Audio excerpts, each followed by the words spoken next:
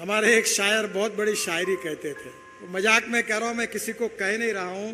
वो कहते थे, इधर गधे उधर गधे, सब तरफ गधे ही गधे, अच्छे घोड़ों को नहीं है घास और गधे खा रहे chyawanprash. A leader who aims to transform India into a green economy. A leader who plans to eliminate over 36 crore petrol and diesel vehicles, and a leader who wants to make Indian roads like those in America. But even these bold goals barely scratch the surface when it comes to describing the senior BJP leader. Gadkari is rarely out of the news. The media loves him, and what's even more surprising is that he enjoys a rare camaraderie with opposition parties too. Often making headlines for his bold statements, Gadkari recently dropped a bombshell at an event in Nagpur. He revealed that ahead of the 2024 general elections, he was offered the Prime Minister's post by an opposition leader, but in his words, he simply rejected it. While he did not name the leader, he did hint that the offer came from a senior figure. As he explained, I told the leader that I am a man who follows one ideology and conviction. I am in a party that has given me everything I never even dreamt of. No offer can entice me. This statement was made during a journalism award function in Nagpur. मला एक अशीच अचानक घटना, मी नाव नाही सांगत कोणाचं, ते म्हणाले की if you are going to become a prime minister we will support you. म्हणलं why you should support me and why I should take your support. To become a prime minister is not aim in my life.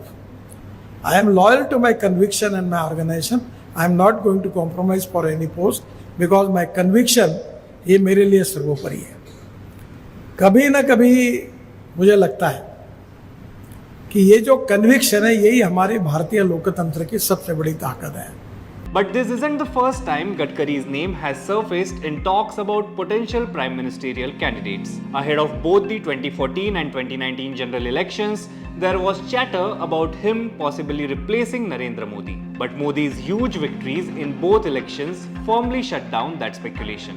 However, with the BJP falling short of a majority in 2024 and depending on allies to form a government, some political experts suggest a leadership change could be on the horizon. With 3 consecutive victories as MP from Nagpur, Gadkari stands as a key contender for the top spot. In the 2024 Lok Sabha elections, Gadkari secured his seat once again, defeating his Congress rival by 1,37,603 votes. However, his winning margin dropped by 78,000 votes compared to the 2019 election, where he defeated Congress's Nana Patole by over 2,16,000 votes. Gadkari's first victory came from Nagpur in 2014 with a whopping margin of 2,84,828 votes. But Gadkari's appeal goes beyond the BJP.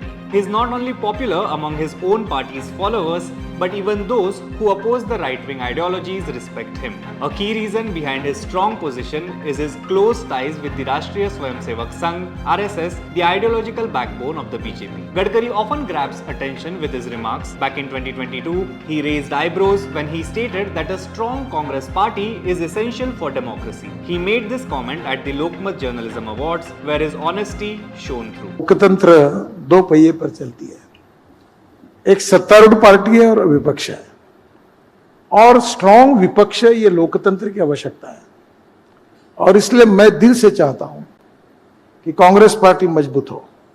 और एक दूसरा बात जो है आपको बताऊं, serious है. अगर कांग्रेस पार्टी कम हो रही तो उसकी प्लेस जो होती है वो रीजनल पार्टी ले रही है, और रीजनल पार्टी जो कांग्रेस पार्टी की जगह ले रही वो लोकतंत्र के लिए अच्छा नहीं है. और इसलिए मैं दिल से चाहता हूं कि एक मजबूत विपक्ष के रूप में लोकतंत्र में विपक्ष मजबूत रहना चाहिए. In July 2024, after the BJP failed to secure a majority, Gadkari issued a warning to his party. If we continue doing what the Congress used to do, then there is no use of their exit and our entry. अडवाणीजी नेहमी म्हणायचं की we are a party with a difference. What is the difference between BJP and Congress? आपलं वेगळेपण कशात आहे आणि हे वेगळेपण कशात आहे हे जर आपण लक्षात ठेवलं तर आपण नक्कीच पार्टी विथ अ डिफरन्स राहू.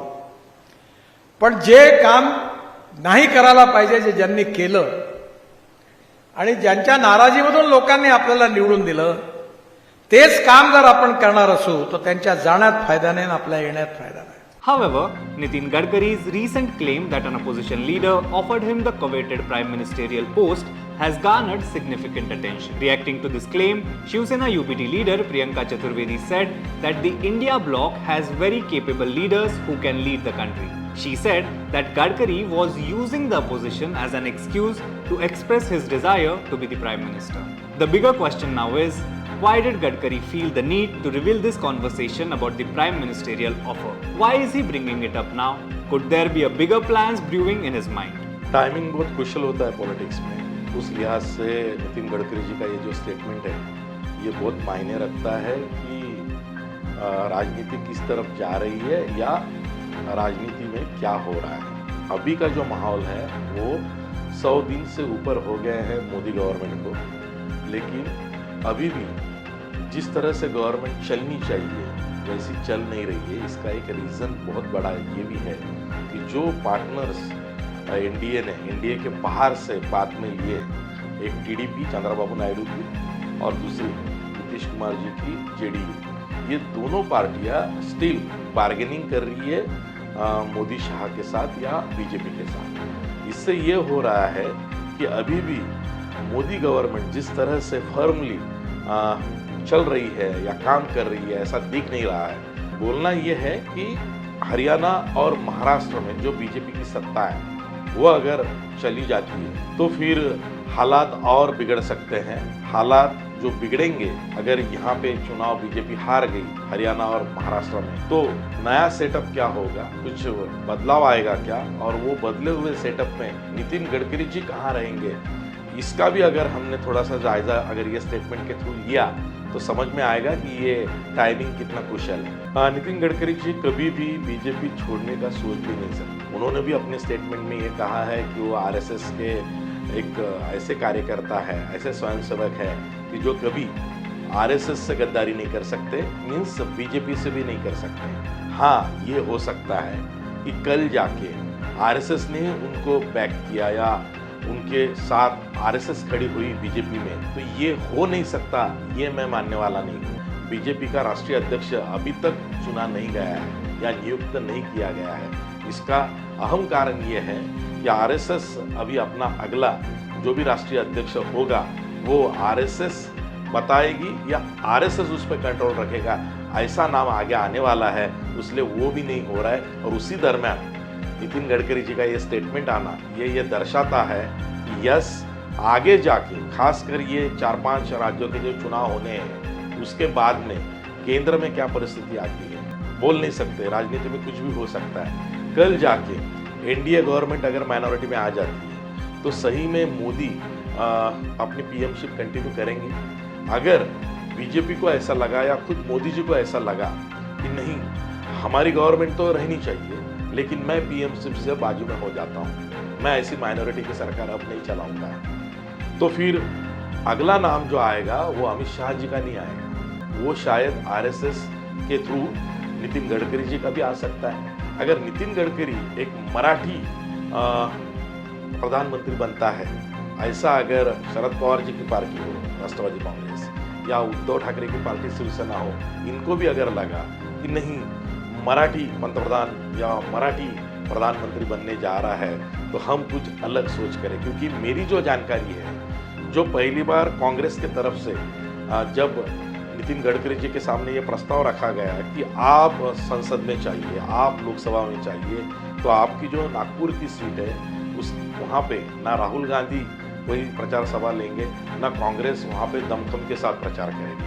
क्योंकि आप लोकसभा में चाहिए। ये एक बैकअप प्लान था कांग्रेस का कि अगर कल जाके बीजेपी की सीटें इतनी कम हो जाती हैं कि बीजेपी की गवर्नमेंट बहुत माइनॉरिटी में लगभग आने के आसार गिरते हैं, तो इंडिया अलायंस में से एक या दूसरा पार्टनर जाके बीजेपी से मिल जाएगा और नितिन गडकरी जी पीएम बनेंगे।